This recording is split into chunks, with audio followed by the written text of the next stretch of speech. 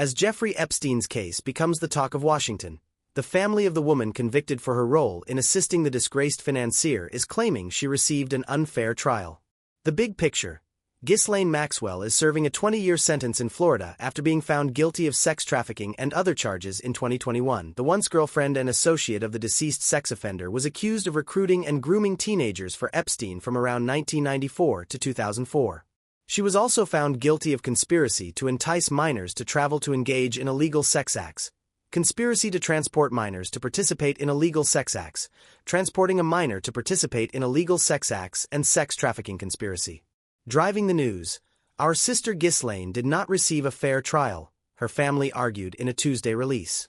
Earlier this year, Maxwell petitioned the Supreme Court to review her case, arguing a clause in Epstein's non-prosecution agreement with federal prosecutors in Florida should have shielded her. The Justice Department on Monday urged the High Court to turn away that appeal. Lower courts have also rejected her legal team's arguments.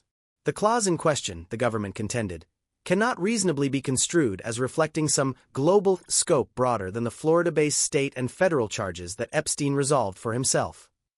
Maxwell's family, in its statement, said her legal team will file a reply to the government in short order and, if necessary, in due course, would file a writ of habeas corpus in U.S. District Court for the Southern District of New York. What they're saying: Maxwell's attorney mentioned President Trump by name in a statement, writing, "I'd be surprised if President Trump knew his lawyers were asking the Supreme Court to let the government break a deal." David Oscar Marcus continued, "He's the ultimate deal maker, and I'm sure he'd agree that when the United States gives its word, it should keep it." The DOJ and White House did not immediately respond to Axio's request for comment.